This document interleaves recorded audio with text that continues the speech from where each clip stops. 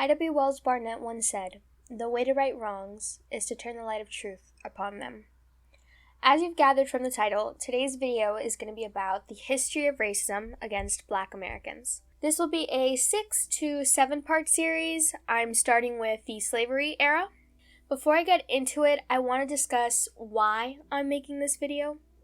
In the first stages of production, I already knew a lot of history on this topic. Originally, this was going to be a purely commentary-based video, and it definitely wasn't going to be a series. My family has always been racist, and that made me hyper-aware of explicit racism. At the same time, growing up in that environment made me very desensitized to microaggressions. It wasn't until the end of high school that I realized being racist isn't always explicit. Oftentimes, it's more sinister and in secret. I wasn't planning on going in-depth into history in the beginning stages of this video, since I assumed most living in the United States would already know this information. However, when I researched how many people in the US know the reason the Civil War started, I changed my mind. Pew Research found in 2015 that, quote, 48% plurality of Americans say it was mainly about states' rights. Just 38% say the Civil War was mainly caused by slavery. Another 9% volunteer that it was about both equally. They also found that, quote, nearly half of whites, 48%, say states' rights was the war's main cause, but so do 39% of blacks. This was astonishing to me because it just shows how successful whitewashing has been. The Washington Post found in 2019, quote, a 52% majority of Americans know slavery was the main cause of the Civil War, as opposed to 41% who blame, quote-unquote, another reason. Younger adults ages 18 to 29 are more likely to know that slavery was the main cause of the Civil War, 58%, compared with 47% of people ages 65 and older. Furthermore, Savannah Seam, in her 2015 article, How Much U.S. History Do Americans Actually Know? Less Than You Think, stated that the, quote, 2014 National Assessment of Educational Progress Report found that only 18% of 8th graders were proficient or above in United States history, and only 23% in civics. The Woodrow Wilson Foundation found in 2018, quote, only 1 in 3 Americans, 36%, can actually pass a multiple-choice test consisting of items taken from the United States Citizenship Test, which has a passing score of 60. To make matters worse, a 2018 report from the Southern Poverty Law Center found that 58% of teachers polled weren't happy with their textbooks, and almost 40% said that their state offered little or no support for teaching about slavery. Textbooks have been a persistent problem in the way racism and slavery is taught in the United States. Over the past decade, school districts across the United States have come under fire for the way they teach slavery, including incorporating slavery in math equations. In 2012, an Atlanta elementary school posed this homework question. If Frederick got 2 beatings per day, how many beatings did he get in 1 week? 2 weeks? In 2018, San Antonio, Texas parents complained about a history homework assignment that asked 8th graders to list negative and positive aspects of slavery. Turns out the activity was directly tied to a textbook used by the school for about 10 years. Prentice Hall Classics, A History of the United States, argued that all slave owners were not cruel. Quote, a few never felt the lash, and, quote, many may not have been terribly unhappy with their lot, for they knew no other. Some books are just blatantly racist, like Alabama's No Alabama History textbook. 4th graders until the late 70s learned how living on a plantation was, quote, one of the happiest ways of life. This is a direct quote from the book. No plantation had a model group of slaves, for planters had to buy whatever slaves they could get. Some slaves were good workers and very obedient. Many took pride in what they did and loved their cabins and the plantation as much as if they actually owned them. Others were lazy, disobedient, and sometimes vicious. In regard to the Ku Klux Klan, the book said, and I quote, the loyal white men of Alabama saw they could not depend on the laws or the state government to protect their families. They knew they had to do something to bring back law and order, to get the government back in the hands of honest men who knew how to run it. They held their courts in the dark forest at night. They passed sentence on the criminals, and they carried out the sentence. Sometimes the sentence would be to leave the state. Despite differences in recollection, No Alabama, published for a time by 2 press secretaries to Governor George Wallace, was the only state-recommended textbook for 4th graders in Alabama public schools from 1955 to the late 1970s. It was revised in 1957 and watered down in 1970 after protests from parents and the NAACP. But even in the final 1970 version, accepted as an improvement and used for several more years, the book credited the Klan with restoring order in the South. Furthermore, here in Florida, we have America, Land I Love, which extremely downplays the brutality and horrors of slavery. This book is still used today in private schools, and it says, and I quote, "The slave who knew Christ had more freedom than a free person who did not know the Savior." After finding this research, I decided to make this video educational, because it seems most states are not teaching history properly. I grew up in a Hispanic community where America is the land of opportunities. Any narrative but that was disrespectful and looked down on the people who immigrated here for a better life.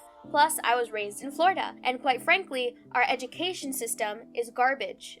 I went to public school and the curriculum there is atrocious. We barely cover slavery, and they make it seem like slavery was only in the antebellum period. Everything I learned in history class was baked in an American exceptionalism oven, and that's just not reality. As I accumulated more research for this video idea, I learned a lot of new information, and it made me want to spread it. I already knew this country was terrible, but when I got more and more information, I just felt like maybe I could inform students, or really anyone lacking in history, of the truths not being told. I know there is still a lot more research I could find and include, but if I did that, I would probably never be able to publish this. In researching this topic, it became evident that history is something we must learn and talk more about. I believe history should be determined on a federal level. Students get a different curriculum and education based on the state they live in. For example, as John Oliver pointed out in his United States history video, quote, 16 states list states' rights as a cause of the Civil War. In late 2018, the Texas State School Board decided that public school curriculum should be changed to emphasize slavery as the cause of the Civil War when it previously prioritized sectionalism and states' rights. However, states' rights is something still being taught by multiple states, and this is factually inaccurate. If I'm getting an education in Mississippi, it should be consistent with that from someone in California, especially this country's history of racism and slavery. The need for concise history teaching became clearer with the outcry and protests of critical race theory in the past year. As defined by David McGilgray's article, Critical Race Theory, What It Is and What It Isn't, quote, critical race theory is a field of intellectual inquiry that demonstrates the legal codification of racism in America. Basically, critical race theory is the field of study discussing the concept that racism is systemic, entrenched in our system of government, and influences the laws we create. CRT has been a field of study researched and taught since the 1970s, and its focus is to explain that racism isn't merely a product of individual bias or prejudice, but also something embedded in legal systems and policies. I do not plan to try to prove this to you, as you will see the truth through the documented history of this country. However, I find it very telling when politicians and members of the KKK agree that critical race theory is containing, quote, divisive concepts, race or sex stereotyping, and race or sex scapegoating, rather than it being a legitimate field of study which sheds light to the inequality in this country. But to each their own, I guess. Critical race theory is a course only taught in college or law school, not being reviewed in middle or high school, let alone elementary. Yet conservatives and far-right groups are demonizing any mention of racism or discrimination in schools as CRT. This is a dangerous rhetoric, as it puts pressure on educators and institutions to not properly teach the history of this country. For example, here in my home state of Florida, the insanely moronic Governor Ron DeSantis and Florida representatives passed the Stop Woke Act on February 24th. This bill would allow parents to sue school districts if their children are taught critical race theory in classrooms. I reiterate, critical race theory is not taught in public schools. However, this law will give parents the ammunition to sue schools when teaching regular Black history.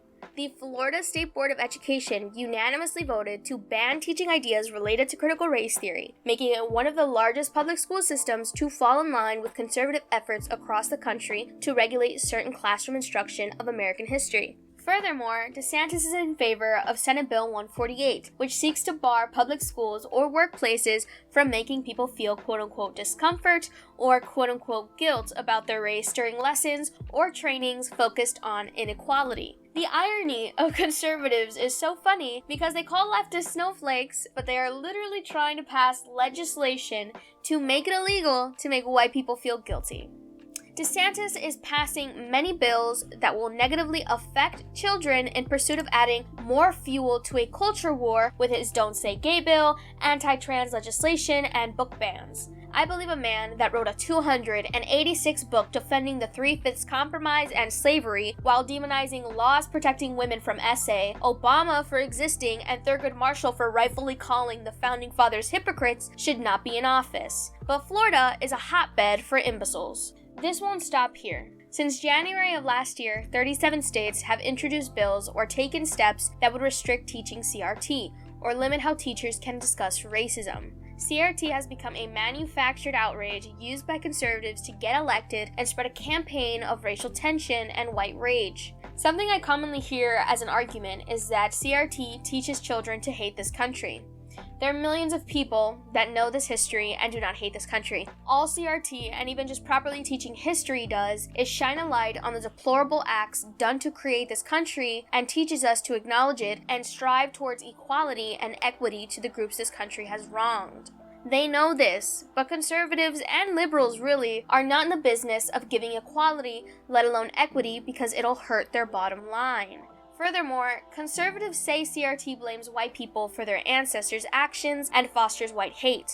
No one is blaming white people for their ancestors. What happened in the past is in the past. However, it has lasting impacts through generations. The reason white people are blamed today is because they refuse to acknowledge their privilege and acknowledge the racism embedded in this country.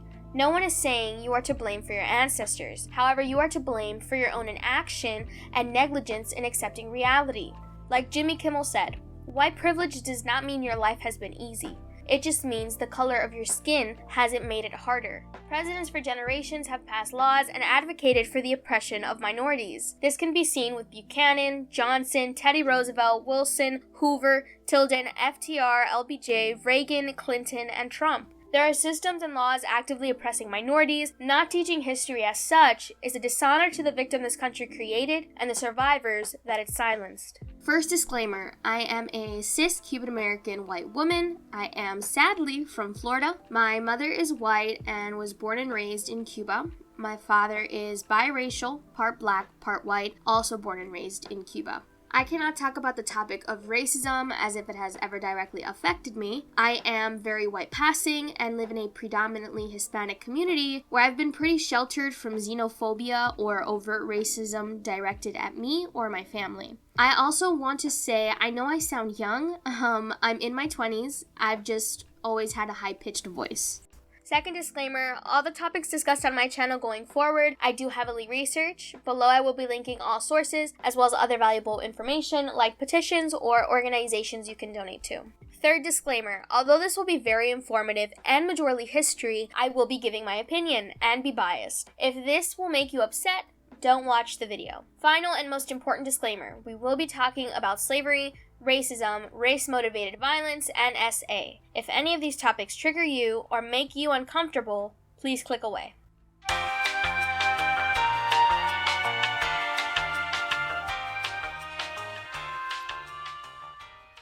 Before I start, I want to give a definition of race. As defined by Merriam-Webster, race is, quote, any one of the groups that humans are often divided into based on physical traits regarded as common among people of shared ancestry. Now I want to discuss the idea of race.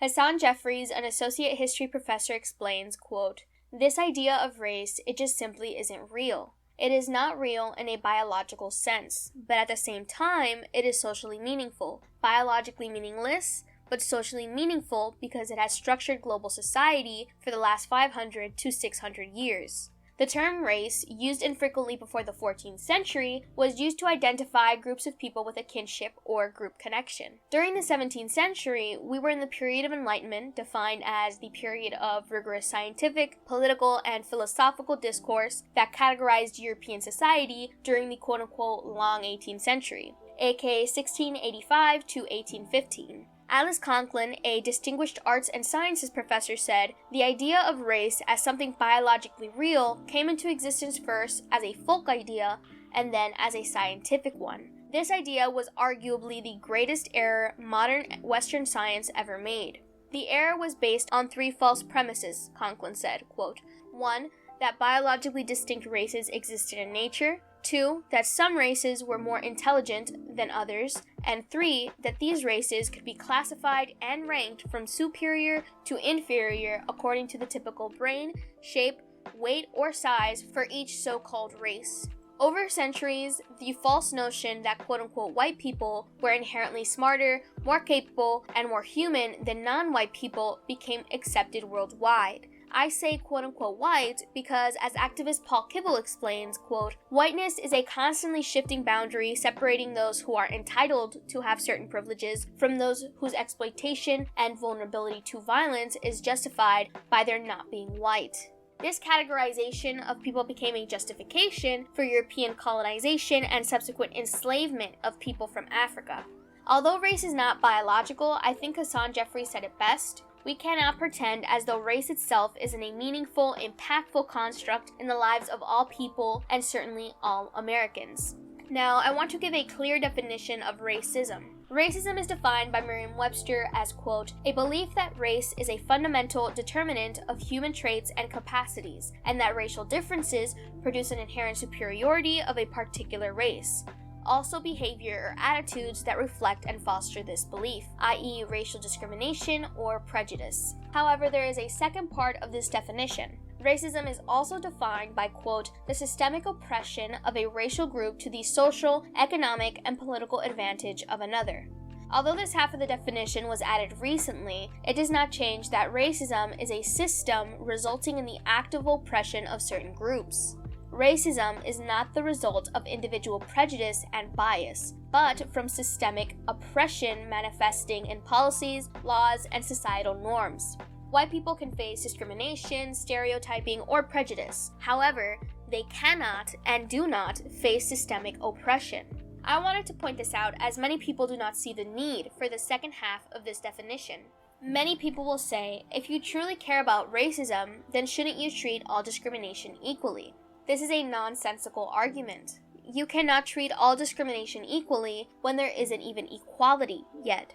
There are no sundown towns for white people. There are no systemic lynchings of white people. There is no disproportionate killing of white people by the police. There is no mass incarceration of white people due to skin color. There is no systemic voter oppression affecting white people due to skin color. There is no mass displacement of white people due to skin color. There is no forced sterilization of white people due to skin color. I am not saying white people cannot face discrimination.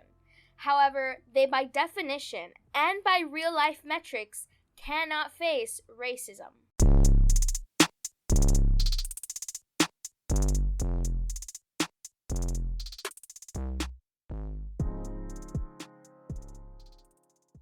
With that having been said, European trade of enslaved Africans began in the 15th century. In the region that would become the United States, there were no enslaved Africans before the Spanish occupation of Florida in the early 16th century. Christopher Columbus likely transported the first Africans to the Americas in the late 15th century on his expeditions to the island of Hispaniola, now Haiti and the Dominican Republic. Their exact status, whether free or enslaved, remains disputed, but the timeline fits with what we know of the origins of the slave trade.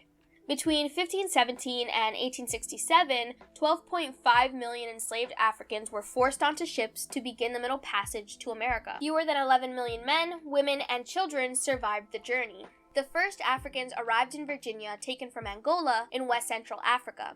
They were captured in a series of wars that was part of much broader Portuguese hostilities against the Congo and Ndongo kingdoms and other states. These captives were then forced to march 100 to 200 miles to the coast to the major slave trade port of Luanda. They were put on board the San Juan Bautista, which carried 350 captives bound for Veracruz on the coast of Mexico in the summer of 1619. The first documented arrival of Africans to the colony of Virginia was recorded by John Rolfe in 1619. Quote, about the latter end of August, a Dutch man of war of the burden of 160 tuns arrived at Point Comfort. The commander's name, Captain Hope, his pilot for the West Indies, one Mr. Marmaduke, an Englishman. He brought not any but 20 and odd negros, which the governor and Cape merchant bought for vital. Within the first decades of the 17th century, the first Africans were captured and brought to the American colonies as enslaved laborers. In colonial America, during this time, enslaved Africans were just one source of labor. The English settlers used European indentured servants and enslaved indigenous people as other forms of coerced labor. These groups of enslaved and forced labor often worked side by side and commingled socially. The notion of enslavement changed throughout the 17th century. In this early period, enslavement was not an automatic condition, nor did it uniformly apply to all African and African-descended people. Slavery evolved gradually, beginning with customs rather than laws. Most importantly, being enslaved was not necessarily a permanent lifetime status. Legally, slavery evolved from indentured servitude to lifelong servitude. The boundaries between groups were more fluid, but began to shift over the next few decades to make strict distinctions, which eventually became law. By the late 17th century, significant shifts began to happen in the colonies. As the survival of Europeans increased, there were more demands for land and the labor to procure wealth. Indentured servitude lost its value, as it became less economically profitable to utilize servants of European descent. White settlers began to turn to slavery as the primary source of labor in many colonies. Africans were seen as more desirable because they brought advanced farming, carpentry, bricklaying, metal, and leatherworking skills. Categorizations of Africans in the early period of colonial America were mostly positive, and the colonists saw their future as dependent on this source of labor. Virginia illustrates how the systems of chattel slavery and in turn anti-blackness were codified in colonial America. Merriam-Webster defines chattel slavery as, quote, slavery in which a person is owned as a chattel. Chattel being defined as, quote, an item of tangible, movable, or immovable property except real estate and things connected with real property. The turning point of racial status came in 1662 when Virginia enacted a law of hereditary slavery, meaning the status of the mother determined the status of the child. This law deviated from English common law, which assigned the legal status of children based on their father's legal status. This caused children of enslaved women to automatically share the legal status of slave. This was through the doctrine Partus Sequitur Ventrum, which helped make way for the increase of enslavement in the Americas. Furthermore, it legitimized the sexual exploitation of female slaves by white planters or other men. This change in status turned black women into the producers of laborers, rather than autonomous human beings. This effectively became the turning point in America and solidified chattel slavery as our main source of labor. In 1667, a new law deemed it legal to keep enslaved people in bondage even if they converted to Christianity. With this decree, the justification for black servitude changed from a religious status to a designation based on race. New laws and social norms linked Africans to perpetual labor. The colonies determined general status based on appearance, place of origin, and heredity. The Africans' physical distinctiveness highlighted their forced subordinate position. Furthermore, laws were placed to control the interactions between lower-class whites and African laborers, regardless of status, to separate their social and legal relations, creating a hierarchy based on race. The first sets of slave laws or slave codes were passed in South Carolina. South Carolina was established in 1670 by Barbadian immigrants. This resulted in early Carolinians following the Barbadian slave laws closely and expanding them. South Carolina was close to both the Spanish in Florida and the indigenous settlements in the north, making runaway slaves common. Carolinians harshly restrained their slaves by setting curfews, strengthening the militia, preventing slaves from bartering goods, and establishing the Charleston Town Watch. They created their first militia in 1671, and stated every man between 16 and 60 had to serve. They also created a night watch that rotated 6 watchmen from 10 in the evening until nearly sunrise. They watched for any signs of trouble, quote, fire, Indians, or secretive slave gatherings. In 1696, the Assembly passed a new, more extensive slave code. The Barbadian ties were obvious, as 3/4 of the Barbadian slave codes of 1688 and all of its preamble were part of the new code. The law retained both the pass system, which mandated a slave to carry a ticket when away from his master's plantation, and the provisions for returning a slave to his owner or to the local jail. The law prompted town constables to organize groups of white men which would capture, whip, and jail slaves from the countryside in town on Sundays as slaves began to gather in Charleston. During the 18th century, an average of about 50,000 enslaved Africans per year were transported. The trade continued after the British and American bans in the 19th century. Despite Britain's treaties limiting the slave trade and their growing naval surveillance, in peak decades, it returned to average nearly 50,000 people annually. The journey was cruel and inhumane, as the Africans would be packed like sardines, beaten and whipped by the slave traders, and not be supplied with any necessities, leaving them to live in their own vomit and waste. About 80 to 90% of slaves worked the fields, while the other 20 to 10 worked in the homes of their owners. In 1770, black slaves were 21% of the population. Sadly, not only was this system unjust for slaves, it also created a large wealth gap. By 1770, the top 1% of property owners owned 44% of the wealth. Slavery did not only leave wounds on the black community, but also began the trend of wealth inequality that exists to this day in America, and the perpetual exclusion of minorities at the top. In 1704, South Carolina created their first official slave patrols. I want to make a clear distinction.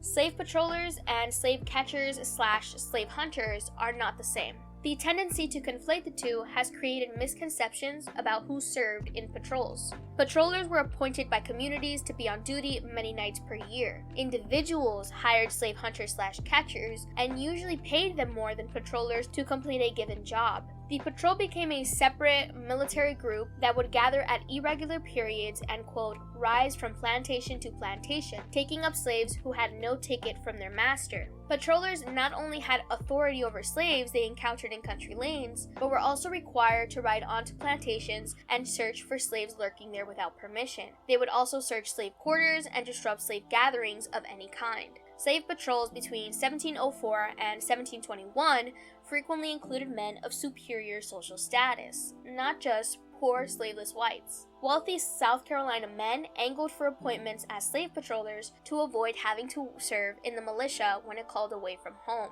This loophole, however, was fixed and legislation passed in 1721.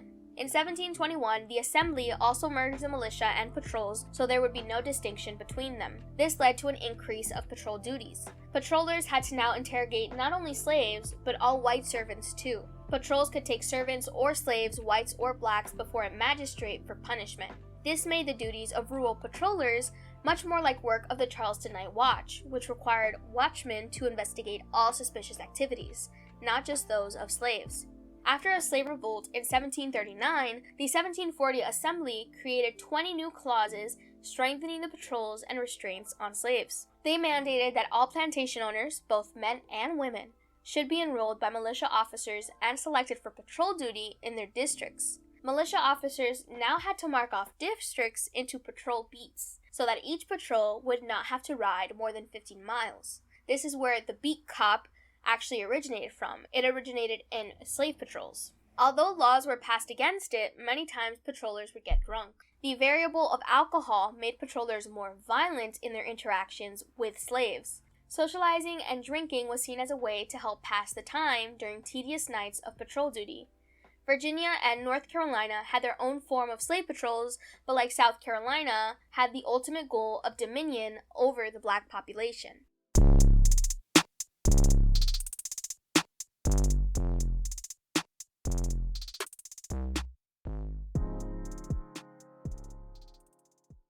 Slave labor differed according to period and region, but one thing was consistent: it was hard.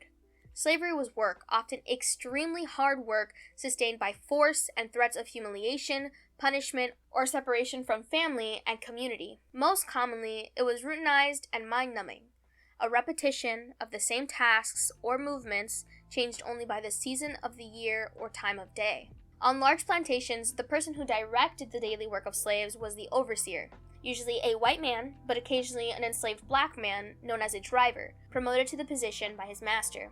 Some plantations had both a white overseer and a black driver, especially in the Deep South or on plantations where the master was often absent. Of white overseers, former slaves relate harsh memories. Of black drivers, their memories are more varied. However, drivers were usually hated by the rest of the slaves. In the early years of slavery, most slaves were common laborers, working in traditional fashion, with each being responsible for a multitude of tasks under little supervision. There were different types of system of slavery, the most common being gang labor and the task system. The task system was the most common system of work in large plantations. In this system, a slave or a group of slaves were given a set amount of work to accomplish in a day. When the task was finished, the slaves had met their obligation for the day. Tasks were usually, but not always, assigned by age, sex, and strength of the slave. On the other hand, under the system of gang labor, large groups of slaves worked in the fields with the strongest setting the pace, and others expected to keep up. White overseers and black drivers made sure the pace did not slacken. They would carry a whip as an emblem of authority and an open threat to anyone who couldn't follow the pace or rules. Gang labor developed at different times in various places and was perhaps first closely associated with sugar cultivation in Barbados. Historians do not agree on when it first appeared there, but often associate it with a transition from white indentured servitude to African slavery. Most in the United States relate slavery to the Cotton South, but it's important to acknowledge it had a longer and more varied history. Slavery spanned more years in the colonial period than in the 19th century. Slaves in the South worked on plantations harvesting cotton, rice, sugar, etc., all grueling work. It's equally important to recognize that in this early period, it extended to the Middle Colonies and New England. In New England and the Middle Colonies, slaves worked on dairy farms, aboard ships, in wheat farms, on docks, in gardens, homes, printing shops, or as personal attendants. Slaves were often punished for not working fast enough, for being late getting to the fields, for defying authority, for running away, or for several other reasons. The punishments took many forms, including whippings, torture, mutilation, imprisonment, and being sold away from the plantation. Some masters were more quote-unquote charitable than others and punished less often or severely. But with rare exceptions, the authoritarian relationship remained firm even in those circumstances. Although the severity of punishments enacted on slaves differed by region, the practice stayed consistent throughout the country. In addition, slaves throughout the South lived under the slave codes we mentioned earlier. The codes slightly varied by region, but the fundamental idea was the same. Slaves were property, not people. Slaves could not testify in court against a white, make contracts, leave the plantation without permission, strike a white even in self-defense, buy and sell goods, own firearms, gather without a white present, possess any anti-slavery literature, or visit the homes of whites or free black people. The killing of a slave was almost never regarded as murder, and the R-word of slave women was treated as a form of trespassing. Whenever there was slave insurrection, or even rumor of one, the laws became stricter. The slave patrols strictly enforced the codes. They apprehended slaves outside of plantations, they would raid homes and any type of gathering in search for anything that might lead to insurrection. During times of insurrection, real or rumored, vigilance committees terrorized, tortured, and killed black people. When the founders were constructing the Constitution in September 1787, they forged the Great Compromise. This compromise split Congress into two parts, the Senate and the House of Representatives. The Senate has a fixed number of 2 per state, meaning today we have 100, but at the time it should have been about 26. However, the House is determined based on the population of the state. When we were determining the census as means of calculating representation, the South realized not counting slaves would get them less representation in the government, subsequently giving the North more control over the country. The delegates ultimately agreed on the 3/5 compromise. This meant each slave was 3/5 of a person. They were not free, not regarded as human, however they could partially count in the census of the state.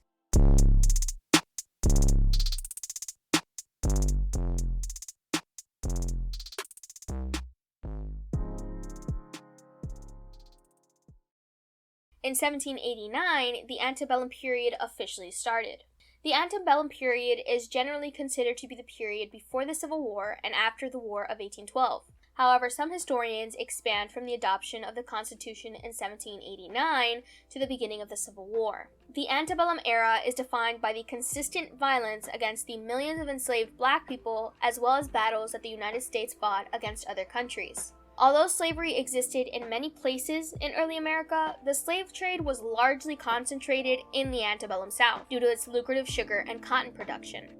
By the mid-19th century, census records show that 3,953,760 of the 4,441,830 Black people in the United States were enslaved, meaning only 488,070 of the 4 million Black people in the United States were free. Unsurprisingly, in the decades after the Civil War, the quote-unquote antebellum South became a whitewashed phrase used to evoke a long-lost era of sweeping plantation mansions, hoop skirts, and afternoon teas, essentially erasing the hideous reality of slavery in America. This is seen in the constant use of the Old South Plantation Party commonly thrown in colleges in the South. Although some people might not realize the implications of attending this party, it becomes clear when you ask the question, if this is to commemorate the antebellum period, then how would a Black person dress?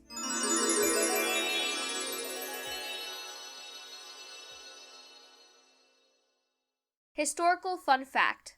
Harvard, Yale, Penn, Columbia, Rutgers, Brown, Dartmouth, and the University of Delaware all raised money and recruited students from rich slave-owning families in the South and the Caribbean. Universities not only sought and accepted money from slave owners and traders, they even helped to create and legitimize scientific racism.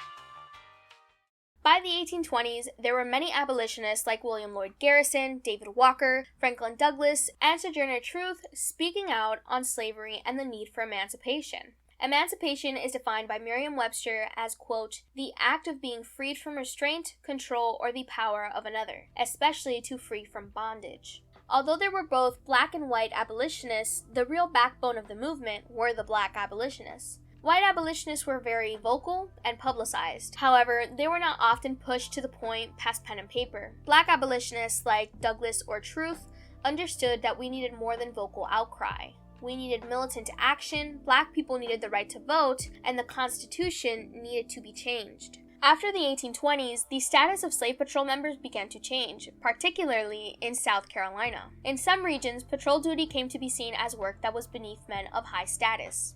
A major exception being North Carolina, where patrolling continued to be the work of men from all classes well into the 19th century, and non-slave owners were the minority of patrollers. Many circumstances affected the changing composition of men who served on patrols. For example, the growing absentee ownership of plantations and a rise in the usage of overseers, the creation of a fine system for patrols allowing the rich to dodge patrol duty by paying the fines, and a growing belief that patrol work should be conducted not by citizens selected at random, but by the most capable, diligent residents. This is when we began to see the demographic shift of patrollers. Now it was slaveless whites who were rising in numbers.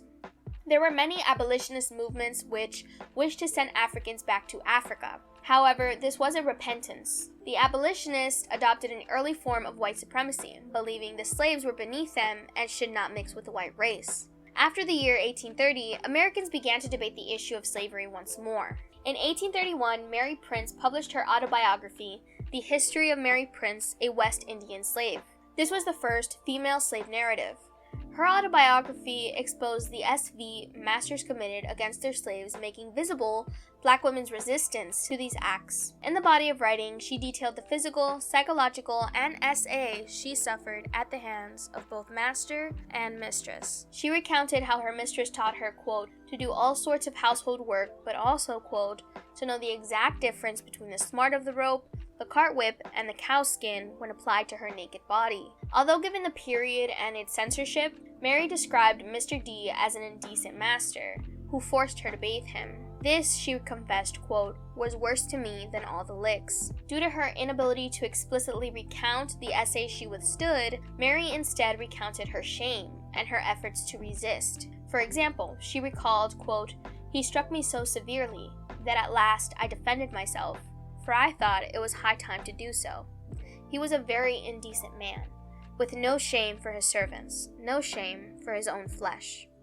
In her brave retelling of her experience and her strong will and resistance, Mary challenged the notion that Black and enslaved women welcomed the sexual advances of white men.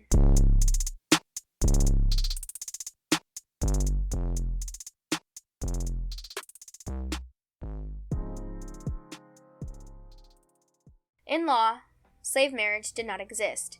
In practice, the formal alliance was universal throughout the South. Most owners supported slave marriage because they knew a married slave with children was less likely to run away or cause other kinds of quote-unquote trouble than an unattached slave. Most slaves were able to choose their own life partners. Slaves who lived on small farms usually chose partners from nearby farms. Slaves on larger establishments often chose partners from their own plantations. In some cases, slave owners made the decision. The most quote-unquote humane owners respected slave marriages and were willing to sell or buy a slave to bring together a man or woman who wished to marry. Some slaves preferred to marry outside their plantations. Women who did not live on the same farms as their husbands were called broadwives. The man of the couple was generally given a pass to visit his wife on Wednesday and Sunday nights and all day Saturday. Marriage ceremonies were often not official, as no slave could be married until death do us part, since an owner could sell husbands and wives away from each other. When marriages didn't work out, they were dissolved with permission by the white owner. This usually led to one of the slaves being sold off, and the remaining slave choosing a different partner. Slaves took their marriage vows seriously. Most black people were monogamous, and adultery was considered a major offense. Many black husbands attempted to protect their wives in any way possible. Many offered to take beatings in place of their wives. During slavery, most owners would lighten the workload of pregnant slave women, but many women still passed away due to exhaustion and overwork. As a rule, women were allowed between 4 and 6 weeks after delivery. During this time, they cared for their infants and did no field work. In 1863, abolitionist Fanny Kemble published the Journal of a Residence on a Georgian Plantation in 1838 to 1839. This journal recorded the gynecological complaints of her husband's female slaves. Slave women of childbearing age suffered from dropped wombs, ruptured uteruses, temporary insanity, chronic rheumatism, back trouble, abscesses, ulcers, and epilepsy, all attributed to too frequent childbearing and overwork. Furthermore, in Alabama and Mississippi, it was common practice to treat pregnant women and postpartum women exactly like other workers. Those who could not keep up with the workload were beaten.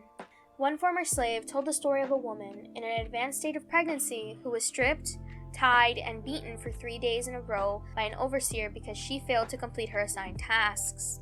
Ultimately, the overseer succeeded in beating the poor woman to death. Though uncommon, one of the most heartbreaking aspects of slavery was the sale of small children away from their mothers. This took place throughout the South, but particularly in Virginia and other areas in economic decline in the 1830s. Young slaves were expensive to support, and while they brought a far higher price on the market when full grown, many slave owners simply couldn't afford to keep them. This is contrasted with the forcible use of female slaves as wet nurses. This was a special type of exploitation and a tool used to manipulate enslaved women's motherhood for slaveholders' own benefit.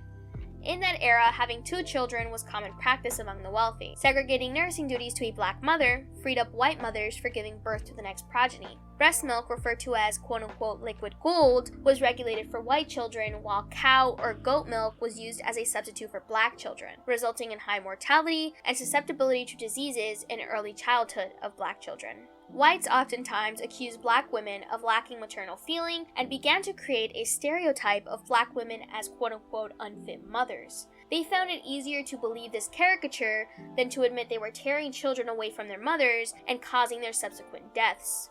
In August 1831, slave Nat Turner, with nearly 80 followers, attacked 4 plantations and killed almost 60 white inhabitants before being captured by state and federal troops. After the revolt, people began to argue that the only way to prevent further revolts was through emancipation. In Virginia, they began to debate the issue. Sadly, the motion for emancipation in the state lost by a 73-58 vote. Some arguments for slavery included Bible verses, or even going as far as saying black Americans were animals, not humans. They would also portray black adults as having the same mental capacity as children.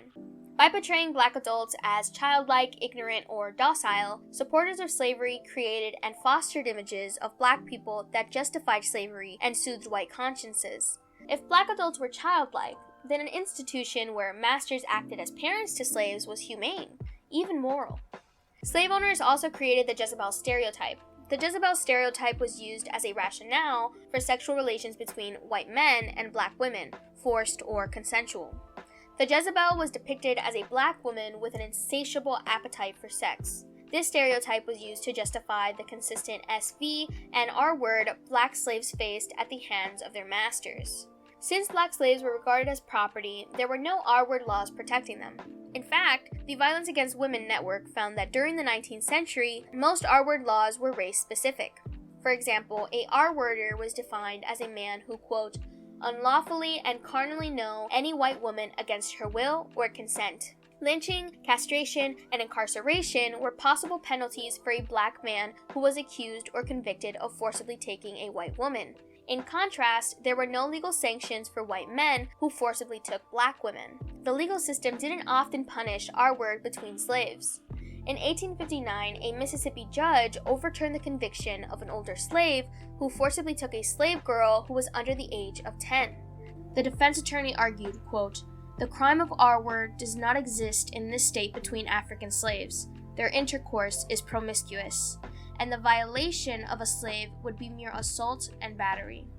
By portraying black women and even girls' sexuality as animalistic, they created a generational normalization of SV that still chases black women and girls to this day.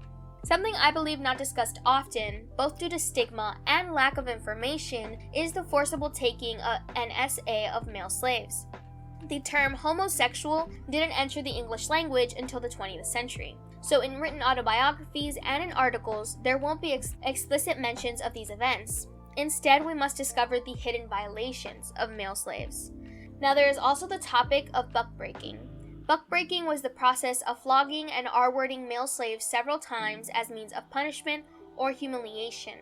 The prevalence of this practice is not known, as there isn't much documentation regarding it. However, many are using the existence of this twisted practice as means to push a myth of widespread black emasculation, in turn making black homosexuality and transness a product not of human nature, but of white interference. In regards to this, I think you should watch FD Signifier's video, Buck-Breaking Reaction, It's Bad. A quote that exemplifies the video for me is, y'all are fighting for black patriarchy, and patriarchy is not our friend, and it is not going to help us. It has not helped us at all up until this point, and if you knew your history, you wouldn't be operating on the myth that we were so much better when patriarchy was in place. The irony behind this whole buck-breaking thing is that the real emasculation of black men, and I say that to just mean the way black men are broken down in this society, is economic, is legal, is educational, is medical, is not sexual. Now, in early America, and even later, black women, in the eyes of the law, are generally presumed to be guilty, due to commonly held notions of low character, lack of morality, and the popularity of racialized caricatures depicting their apparent fiendish criminal ways. Between 1794 and 1835, in Philadelphia, roughly 72% of black women who went before juries were convicted. They also had fewer of their cases dismissed than any other group and were more candidly overrepresented in prison than black men. For example, black women were approximately 47.5% of female prisoners, whereas black men accounted for only 29% of imprisoned men. Both were disproportionately represented, however, as black Americans were far less than 1/4 of the city's population. Arguments for slavery also included the creation of the myth of the happy slave. This can be seen in the 1946 Disney movie, The Song of the South. As Matt Singer said in his article, Just How Racist is Song of the South, quote, Disney essentially turned the plantation system into a ludicrous utopia where blacks and whites live in harmony. A harmony where the only thing that's clear is that the blacks are inferior and servile to the whites, but are content to work the fields anyway.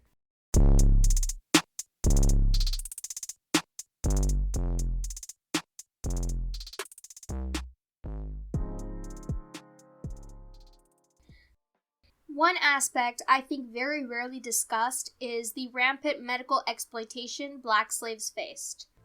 J. Walter Fisher commented, quote, An abundance of material in the Southern medical journals reveals that slaves had a fairly significant role in medical education and in experimental and surgical practice of the antebellum South. It's interesting as many proponents of scientific racism stated that black people were a quote-unquote different species, yet the research and teaching in medicine reflected the opposite. Black slaves weren't different enough from Caucasians to exclude from study in Southern medical schools and in research activities. Medical students often require bodies for teaching purposes, so medical schools throughout the country use the poor and enslaved to fill beds. Throughout medicine, autopsies and anatomical dissections has been essential and important aspects of education. Although medical schools taught anatomy, human anatomical dissection was illegal in many states during the antebellum period.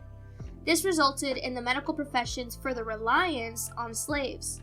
Slaves, because of their legal status, became prime candidates for medical school dissections. Physicians usually found it more convenient to obtain black specimens than white. In antebellum Virginia, it was found that the majority of medical specimens intended for display at medical society meetings, in medical school classrooms, or in medical museums were removed from black subjects.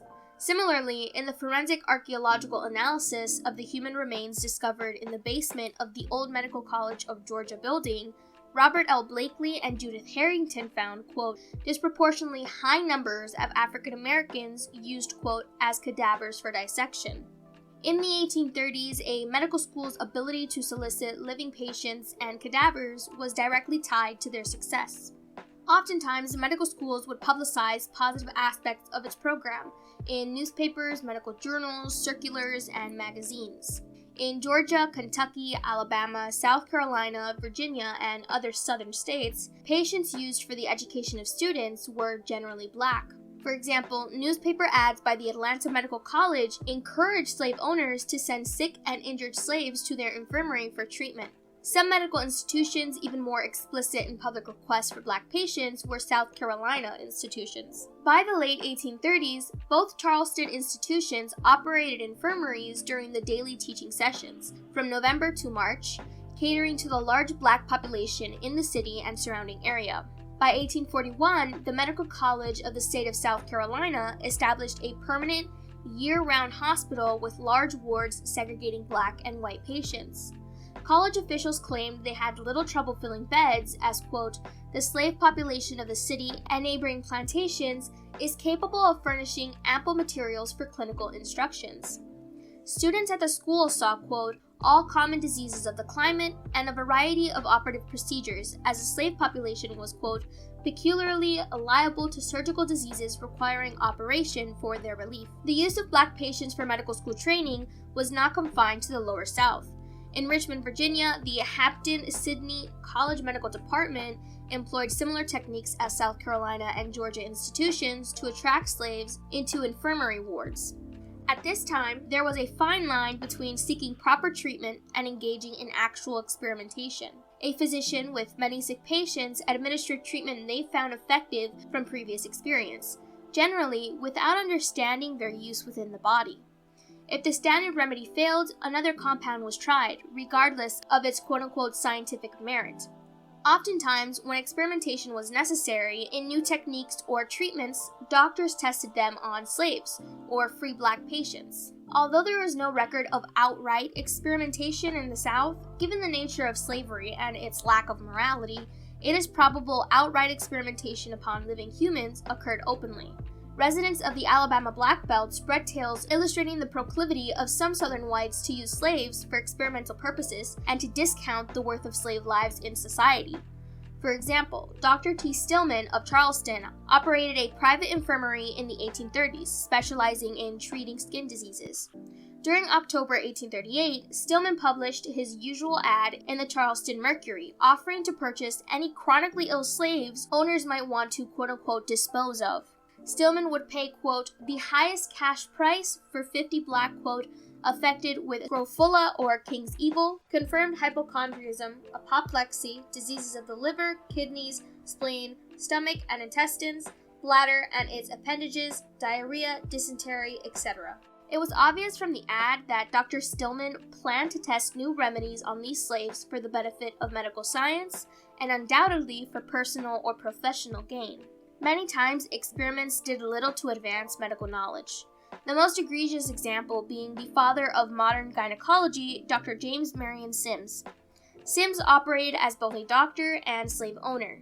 Sims believed black slave women's survival depended on his expertise, when in reality, the opposite was true. Sims depended on enslaved black women's bodies to discover cures for vestibular fistula. and to perfect surgical instruments such as the duck-billed speculum. Sims not only failed to get any consent for these experiments, he deprived the black women of anesthetic when performing surgery. All of Sims' test subjects were black. It wasn't until his success with slave women that white women ventured to submit to the operation. Sims also experimented on slave children in an effort to treat tetanus neonatorum with little to no success. Sims believed black slaves were less intelligent than whites and thought it was due to their skulls growing too quickly around their brains. Sims would operate on slave children using a shoemaker's tool to pry their bones apart and loosen their skulls. After many protests, his statue was finally removed from Jefferson University in 2018. I think we can all agree with Dr. John A. Kenney when he wrote, quote, "I suggest that a monument be raised and dedicated to the nameless negros who have contributed so much to surgery by the guinea pig route."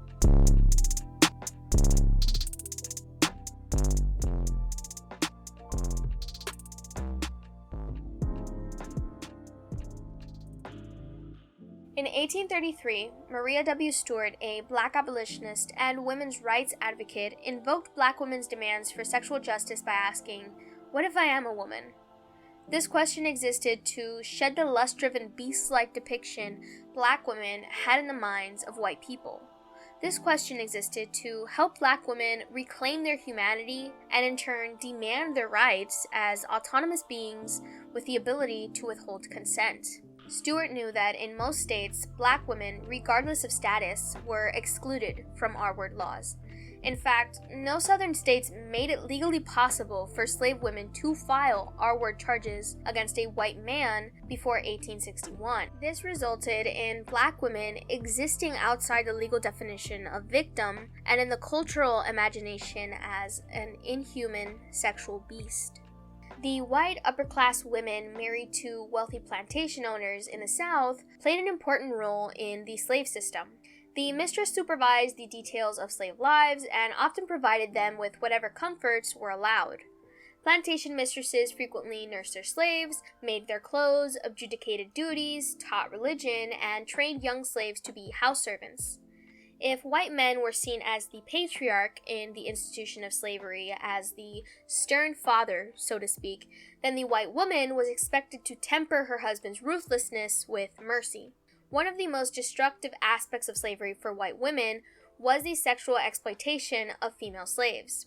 Whenever a white wife knew or sensed that her husband had sexual contact with black women, she was likely to feel humiliated and devalued. Often, the white wives lived near her husband's mistress and mixed children. Particularly galling was the silence demanded of women. Men might ignore their marriage vows and trample on Christian morality, but women were not allowed to criticize them for their behavior. While some white women responded to the situation with anger and violence towards the black woman, a few developed a partial sense of solidarity with slave women, feeling trapped in the same lack of autonomy in their lives. Many historians feel white women stayed silent in exchange for compensation with veneration. This made white women feel valuable, but also cleansed white men of their guilt about their promiscuity. The more guilt white men faced for impregnating black women and having children born into slavery, the more they praised white women, reclaiming them to be the most morally superior females. Black abolitionist Linda Brent said that the sexual attack on black women by white men corrupted white women as well. Brent recorded the story of a daughter of a brutal plantation owner who took a slave lover and bore him a child. Her act was one of retaliation against her father. Brent commented that the daughter chose as her lover the cruelest and most degraded slave on the plantation. Her goal appears to have been to dishonor her father in the same manner that white women were dishonored by their fathers and husbands. More typical was the attack of white women against black women and their children. Brent documents this process as well, illustrating how some white women were as sadistic as the worst white man. One slave mistress forced a slave girl to walk across a bed of hot coals. Another beat a 9-month-old slave baby to death. A white woman who knew of or suspected a sexual relationship between her husband and slave woman often chose to attack the black woman rather than her husband. As reported by the Equal Justice Initiative, beginning in the 1830s, lynching became more synonymous with hanging. The first broadly publicized incident of lethal lynching occurred in Madison County, Mississippi in 1835. After a fabricated story of a planned slave uprising sparked local panic and resulted in the hanging of 2 white men and several enslaved black people. Followed that same year by a notorious lynching of 5 gamblers in Vicksboro, Mississippi, these killings marked a change in American mob violence. Although lynchings became more deadly, they differed greatly by region. Frontier lynching victims were typically accused of murder or robbery, given some form of process and trial, and hung without any additional torture or foul play. Southern lynchings, however, were commonly extrajudicial, or not legally authorized, and employed to defend slavery. Between 1830 and 1860, Southern mobs killed an estimated 130 white individuals and at least 400 enslaved black individuals. Most were lynched under suspicion of conspiring to mount a slave uprising. In addition, Southern lynchings of Black Americans were distinct from lynchings of whites, and often featured extreme brutality, such as burning, torture, mutilation, and decapitation of the victim. In the years 1840 to 1860, there were new political parties forming as the idea of emancipation continued to split the public. The major political parties at the time were the Free Soil Party, the Know Nothing Party, later known as the American Party, the Whig Party, the Republican Party, and the Democratic Party. Something you will notice is that in this period we had progressive Republicans and conservative Democrats. Something many people get stuck on is the political party rather than political ideology. The political ideologies and views of parties can change or even swap with time. At this time, Republicans were the progressives and Democrats were the conservatives, until eventually the parties realigned. Political realignment is defined as a rare, significant long-term change in the voting behavior and party identification of the electorate. Next, in December 1849, the Senate began to debate slavery. This was the first instance where some Southerners began to threaten secession. However, at this time, we had President Zachary Taylor in office. When some Southern Democrats called for a secession convention, Taylor stated that he would, quote, hang anyone who tried to disrupt the Union by force or by conspiracy. This, however, did not make Taylor an abolitionist. Taylor had over 100 slaves in his Mississippi plantation. Taylor was just a hardcore nationalist. Nationalism is defined as an intense or toxic form of patriotism or loyalty to one's country. Nationalists regularly exaggerate the importance or virtues of their home country, placing its interests above those of other nations. Well, Taylor's threat sparked Henry Clay to draft Clay's Compromise, or the Compromise of 1850. The terms of the compromise are as follows. First, California, which was being admitted into the Union, was to be a free state. This was something David Wilmot advocated as he wrote the 1846 Wilmot Proviso, stating none of the land won from the Mexican-American War should be slave territory. This was a key point threatening the South, because it would go against the Missouri Compromise. The Missouri Compromise, ratified in 1820, basically prohibited slavery in any state north of the 3630 parallel, except Missouri. California, in terms of this, should have been a slave state. However, General Zachary Turner believed we should begin popular sovereignty, the right of residents of a territory to vote for or against slavery. Second, it resolved the boundary dispute between Texas and New Mexico. It separated the two states and left the federal government to pay $10 million to Texas. This was a win to the north, as this would limit slavery in Texas. Third, it would allow Utah and New Mexico to decide through popular sovereignty the issue of slavery. Fourth, it banned the sale of slaves in the District of Columbia. However, slavery could still continue there. And lastly, it instituted the Fugitive Slave Act of 1850, which required people in free states to help capture and return escaped slaves, strengthening the Fugitive Slave Act of 1793. After the adoption of the agreement, there was widespread outrage because of the Fugitive Slave Act. Some states passed personal liberty laws forbidding the imprisonment of escaped slaves and allowed them trials. The outrage also sparked the construction of the Underground Railroad. The Underground Railroad was a secret network of people, known as conductors, who would hide or guide fugitive slaves to escape to Canada. Some hiding places included private homes, churches, and schoolhouses. Notable people involved being Harriet Tubman, Franklin Douglass, and John Brown. There was also the publication of Uncle Tom's Cabin by abolitionist Harriet Beecher Stowe that we discussed earlier. Although the book was very stereotypical, it did stir some reaction in both the North and South, cementing that slavery wasn't a political issue, but a moral one. After the Seneca Falls Convention in 1848, a series of women's conventions in various parts of the country followed. At one of these, in 1851, Sojourner Truth rose to her feet and joined the indignation of her race to the indignation of her sex, and spoke her famous "Ain't I a Woman" speech. This opened the eyes of many to the first hints of intersectionality. Sojourner Truth would later, in 1867, at a meeting of the American Equal Rights Association, say, "There is a great stir about colored men getting their rights, but not a word about the colored women. And if colored men get their rights, and not colored women theirs, you see, the colored men will be the masters over the women, and it will be just as bad as it was before. So I'm for keeping the thing going while things are stirring, because if we just wait till it is still, it will take a great while to get it going again. I am above 80 years old, and it is about time for me to be going. I have been 40 years a slave and 40 years free, and would be here 40 years more to have equal rights for all. I suppose I am kept here because something remains for me to do. I suppose I am yet to help break the chain. I have done a great deal of work, as much as a man, but did not get so much pay. I used to work in the field and bind grain, keeping with a cradler, but men, doing no more, got twice as much pay.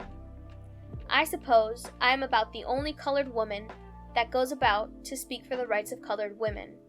I want to keep the thing stirring now that the ice is cracked."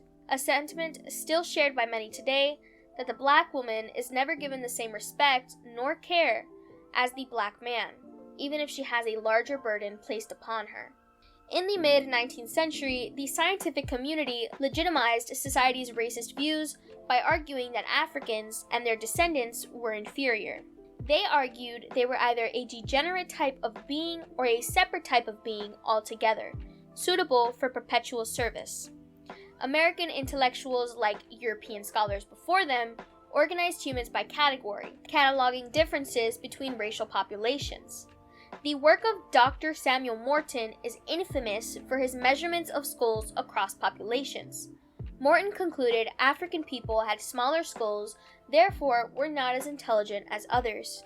Morton's work was built on by scientists such as Josiah Nott and Luis Agassiz. Both scientists concluded that Africans were a separate species. This information spread into popular thought and culture, and served to dehumanize African-descended people further while fueling anti-black sentiment. Then, in 1854, the Kansas-Nebraska Act was introduced into Congress. This would overturn the Missouri Compromise once more and establish popular sovereignty to both states. This was a ploy by the South to turn both Kansas and Nebraska into slave states. Sadly, it was passed as 90% of Southern congressmen voted for this bill.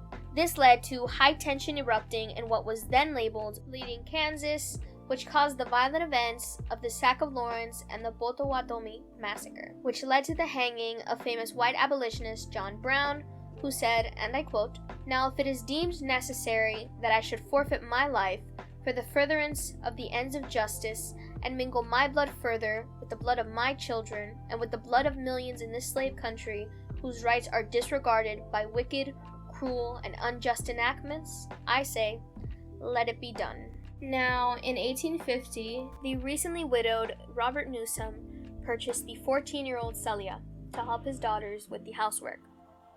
En route from Audrain County, Newsom forcibly took the 14-year-old girl. Between 1850 and 1855, Celia bore 2 of Newsom's children, both of whom became his property. She also began a relationship with a fellow slave named George. When she became pregnant in 1855 at 19, she was unsure which of the men was the father. At that point, George told Celia that he would have nothing more to do with her if she didn't quit the old man. Celia first asked Newsom's daughters to intercede.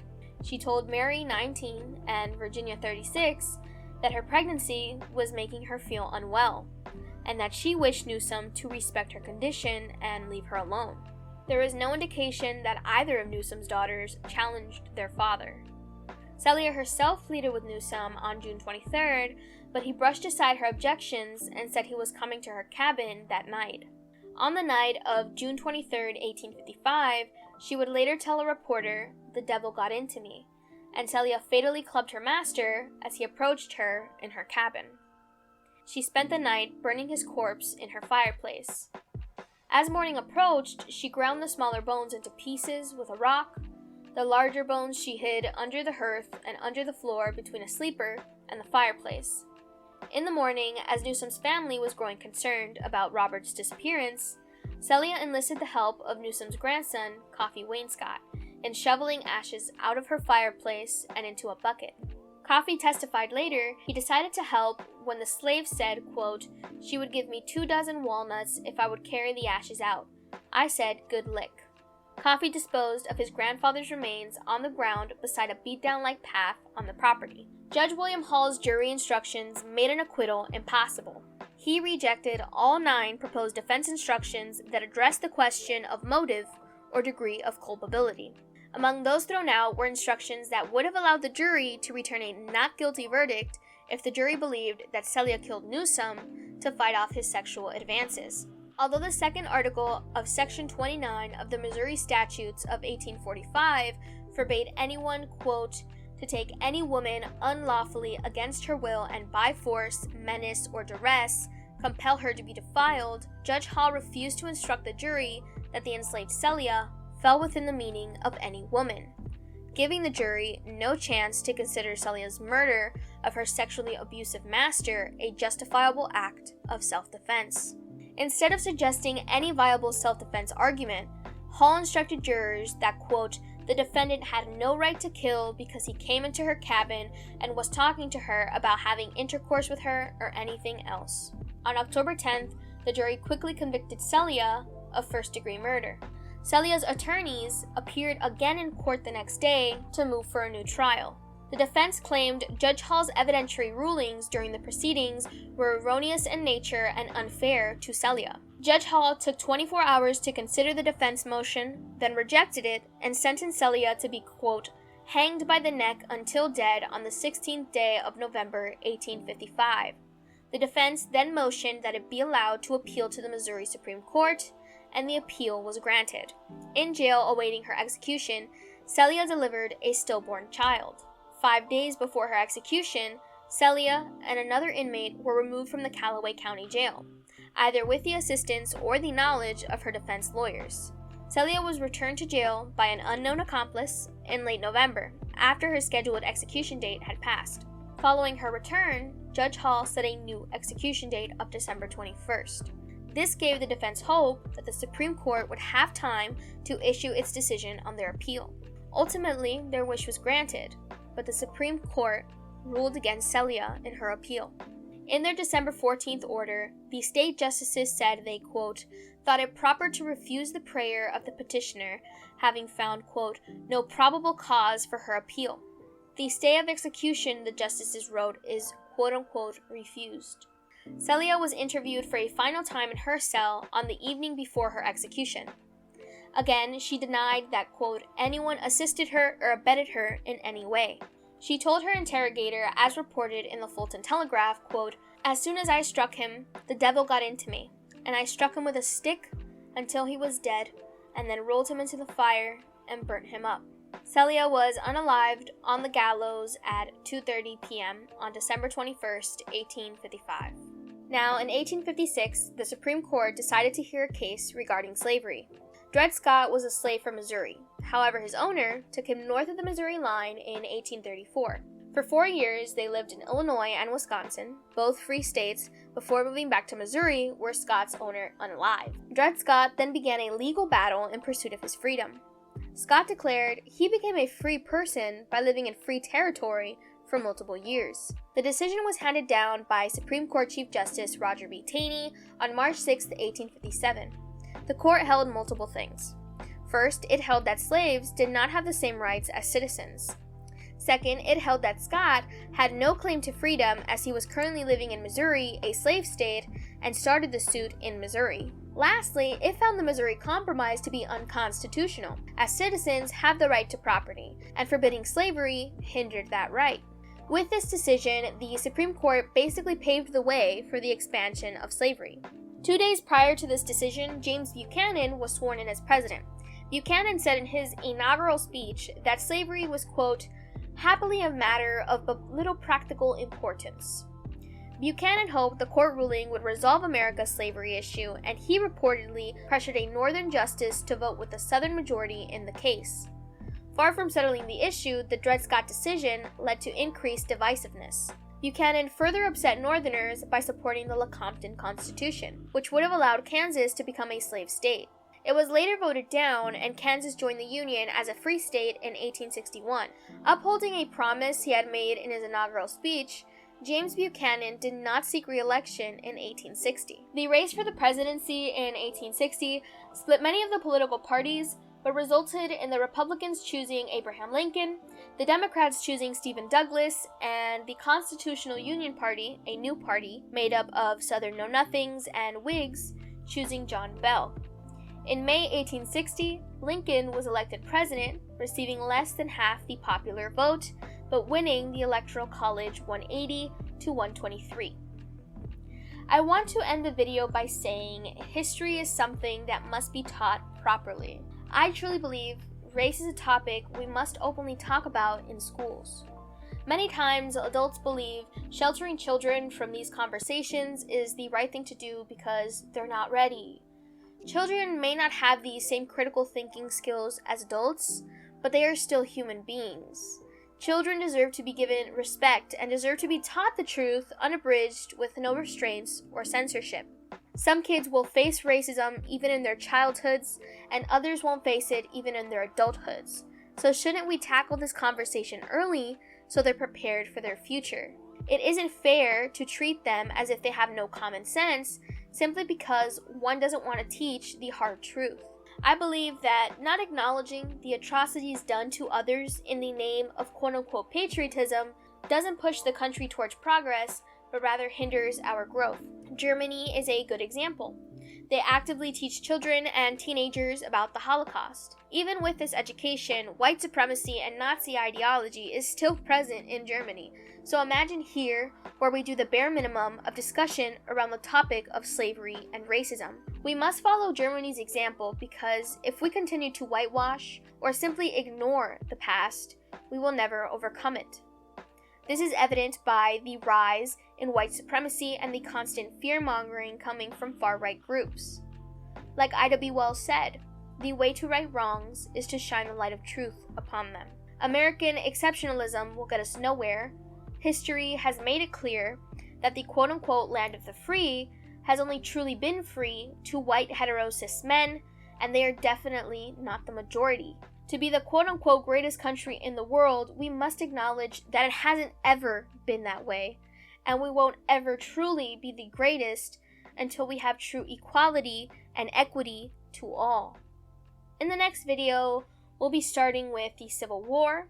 See you then. Don't forget to like and subscribe before you leave. If you have nothing nice to say, keep it to yourself because I would hate to have to roast you in the comments. Thanks for listening.